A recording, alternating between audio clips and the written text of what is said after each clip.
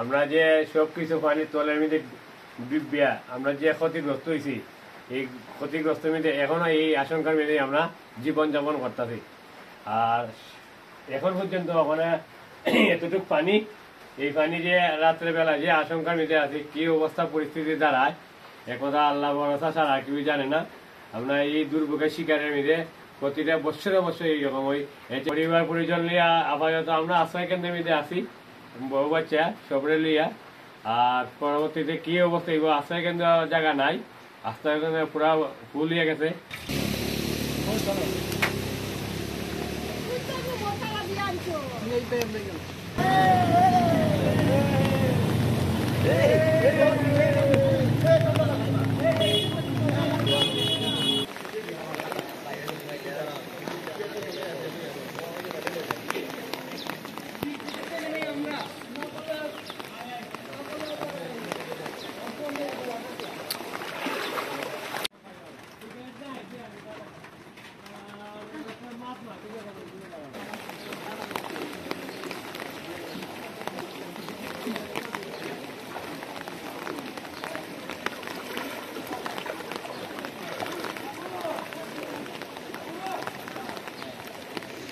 সেটা তো পানি নদীর মাঝে, নদীর থেকে গলা ভাঙি বানিয়ে বাচ্চা কাচ্চারও লইয়া আইছি।